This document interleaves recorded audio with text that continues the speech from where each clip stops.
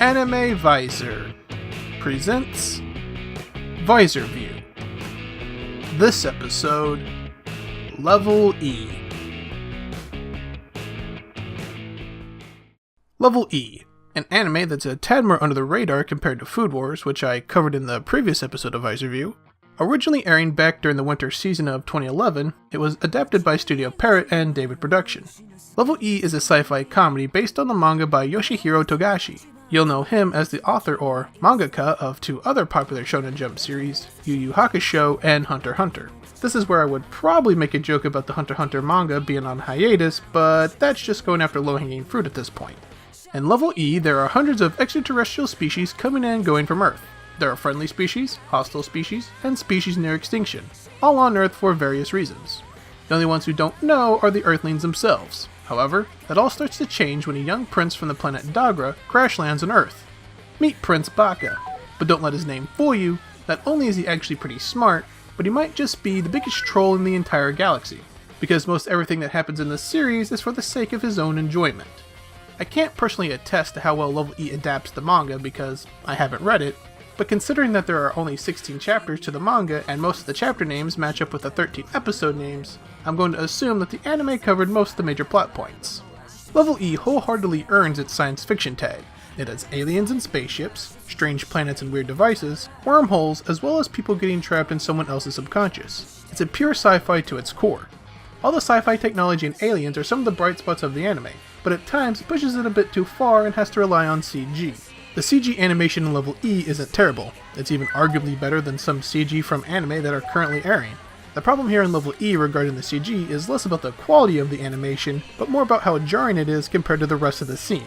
Thankfully it doesn't show up too much, but aesthetically, when it does, the CG is an eyesore, and doesn't look like it belongs in the same anime. A shame, since the rest of the anime looks pretty decent, especially the opening animation. Very colorful with a lot of contrast, the opening animation looks more like a comic book come to life rather than an anime. Besides being a sci-fi, Level E also attempts to be a comedy.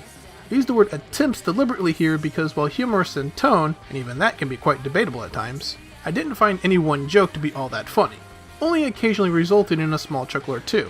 And that's because most of the jokes, and by proxy most of the prince's jokes, are just simple misdirection. You think it'll be one thing, but it turns out to be another, and that's the joke. I'm not against using misdirection as comedy. In fact, used in the right circumstances, it's downright hilarious. I have a problem here in Level E because that's pretty much what all the jokes are. There are a few exceptions here and there, like when it parodies the Rangers from the Super Sentai series, which you may know as where Mighty Morphin Power Rangers got most of its footage from. But Level E is a series that begins and ends with a misdirection and never stops throughout.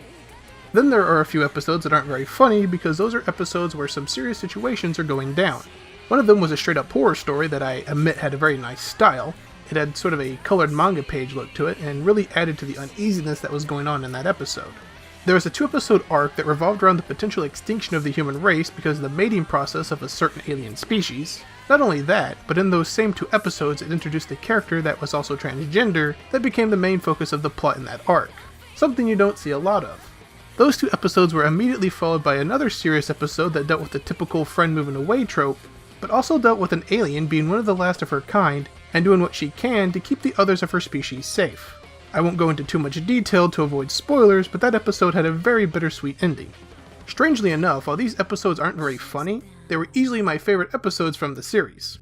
Comedy is a far more subjective term than say something like sci-fi, and even though I didn't find Level E very funny, the possibility exists that you might. By definition, Level E is a comedy. It does attempt to be humorous, and as I mentioned, I did let out a chuckle a couple of times. It's a series that I won't praise for its comedy, but rather its sci-fi setting and its occasional more serious storytelling and theme.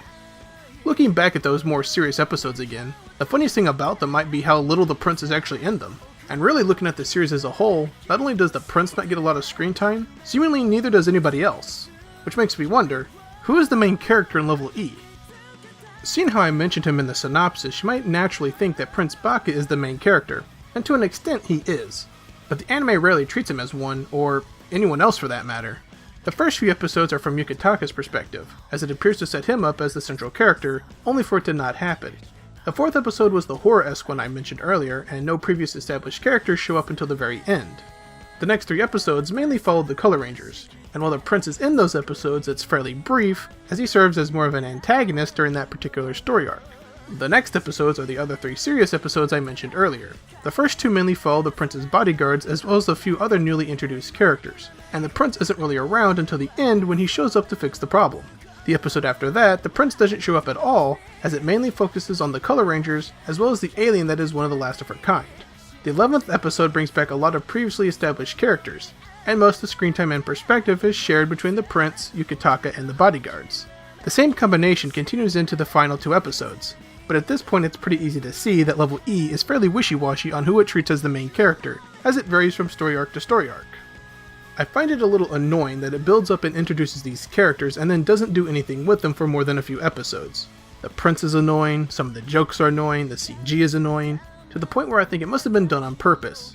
I can't help but wonder if Yoshihiro Togashi and the anime staff laugh every time someone falls for one of the many misdirection jokes, or laugh when someone gets annoyed with the prince's shenanigans. Maybe they even laugh when somebody tries to do a serious review of level E. Maybe like Prince Baka himself, Togashi and the anime staff were trolling when they made level E. If that's the case, the biggest joke level E pulls is having someone actually watch it. Maybe I'm reading too much into it, or maybe I hit the nail on the head. Either way, I still give level E an OK in my arbitrary rating system. The comedy gets stale quickly and it hardly spends any time with its characters. The animation is good at times, bad at others, but the sci-fi and alien stuff is fun and imaginative, and at times it told engaging and compelling stories. Thanks for watching this episode of Visor View. What did you think of level E? Have you even seen it? And do you have any suggestions for future Visor View episodes? I might just do them one day. So let me know in the comments below. You can find me on Facebook and Twitter. Don't forget to like, subscribe, and share this video with your friends. And remember, I'm your anime advisor, Anime Visor, helping you figure out what anime you want to watch.